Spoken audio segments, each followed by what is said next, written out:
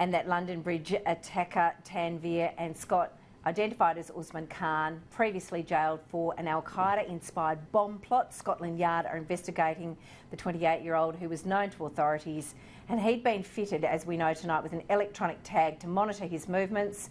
He was allowed out a year ago after serving time for his part in the plot to blow up the London Stock Exchange.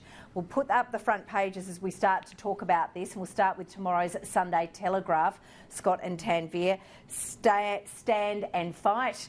And it says, a milk crate, a trolley and now a narwhal tusk. Ordinary people refuse to bow to fear. I had to look up what a narwhal tusk was. I'll freely admit that to you. It's a medium-sized whale with teeth, and this tusk, one bystander very, very cleverly managed to grab that and use it as a weapon. Scott, in the world of social media, all of this was captured. Some bystanders on the bus, others in their cars, videoing it. Some of the footage was absolutely graphic when you saw him shot. What do you make of the story so far? Oh, look, I think, Jane, obviously a horrific situation there again in London. I think what the takeaway of this will be is, one is, again, as many have mentioned, including the Prime Minister there, Boris Johnson, the bravery of Londoners again. And let's not forget that those people, including the man with the narwhal tusk and others, were jumping on this man, this terrorist, with the knowledge or the belief at this stage that he may have had a bomb on him. Their bravery is immense, and it just shows that people are willing to fight back. And I guess the second part of this story will be, why was he out on the streets? As is being reported now, and the question's being asked now, is that when he was originally convicted, there was very clear warnings from the judge involved at the time, citing how dangerous he was, that he shouldn't be released. And now questions are being asked, and a review is being undertaken now in terms of why he was out there at the time. Even if he had some sort of ankle bracelet on, there will be obviously a review happening. Absolutely. Tanveer, Scott brings up some great points, doesn't he? The bravery of these people. It was a hoax suicide vest, as we now know, but they wouldn't have known that at the time. And when you watch that footage of the police officer pulling that last man, these are just bystanders, pulling him away by his jeans, and then the man is shot. The Telegraph says, not on our watch, a makeshift anti-terror squad of ordinary London men, these are ordinary people, armed with just a fire extinguisher and the narwhal tusk, chased down the knife-wielding jihadi.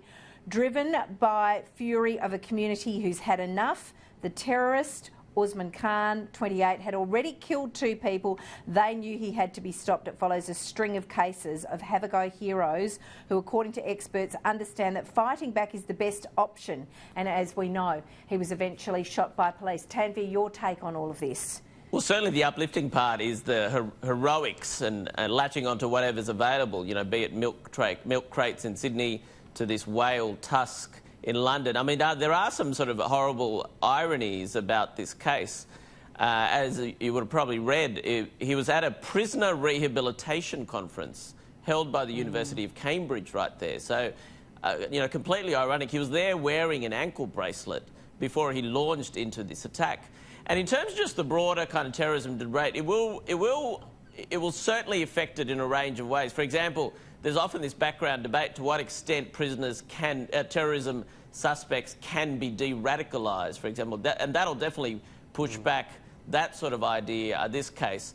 And I think, as we were just hearing from Scott, this was alluded to. So the magistrate did touch on this, you know, long ago, that he didn't think this particular group, and especially Usman Khan, was particularly able to be rehabilitated. So some very big questions will arise from this around sort of how we deal with people who have been charged in terms of the future. You know, can they be rehabilitated? Should they be attempted to be reintegrated in the community? So that'll pose real challenge. But certainly the uplifting story, and there may well have been other deaths if it was not for the bravery and the resourcefulness of some quick-footed citizenry. Well, yeah, this man who was inside the Fishmongers Hall, and I'll show you tomorrow's Sunday Times in Perth. A couple of these pages have got this theme tomorrow. This is the Have a Go heroes, how a whale tusk, a fire extinguisher and sheer guts brought down a terrorist. The Mirror reports that the man inside the Fishmongers Hall, when the knife-wielding terrorist started stabbing members of the public, grabbed this 5-foot narwhal tusk to try and fight him off. The hero took the tusk from the wall inside the Grade 2 listed building, which is close to London Bridge. He can be seen in the footage from the bridge using the tusk from the sea creature as a kind of walking stick. Just amazing what people have done. And I'll show you the Sunday Mail also. And Stephen Drill, of course, he used to be at the Herald Sun. He's at the Sunday, writing for the Sunday Mail, the Courier Mail for you on Sunday. Fear no evil. Everyday heroes become a makeshift anti-terror squad using the fire extinguisher, the tusk, standing up for a city that's had enough. The men cornered convicted jihadi Usman Khan, who had slashed 2 people to death with large knives before police shot him dead. Now, Scott, Tanveer raises a really interesting question. This is something that will be going through many people's minds as we look to return ISIS fighters to Australia. There's a lot of pressure on the Australian government, Scott, and whether, particularly from Turkey, and whether or not these people can be de-radicalised. This will all fold into this argument, won't it? Oh, exactly right. And it will raise very serious questions no matter what people are saying. And we're not talking just here about clearly in terms of people who may be in fighting, in terms of rehabilitation, but also obviously very pertinently relatives and in that case in terms of people coming back from some of these hotspots, including, say, Syria and others, in terms of the capacity to de-radicalise them. And given the events we've just seen in the last 24 hours in London, it will ask very serious questions about can these occur. Now, you have to say that one case doesn't necessarily indicate all cases, but these questions are going to be asked, and what it creates is clear doubt in the community about whether we can risk these concerns. We can risk it. Yeah. Look, Tanveer, you're the psychiatrist on this panel. Scott's right to say it will raise the question: does one case, does one size fit all? But I just know how people are going to react to this, because there's an enormous pressure on Australia, and there is not will in the community. There might be enormous pressure on the government to have jihadis return to Australia, but I already know what Talkback Radio is going to say, and people will say if we have to have people like this back in our community, they have to go and they to jail and never be released, Tanveer.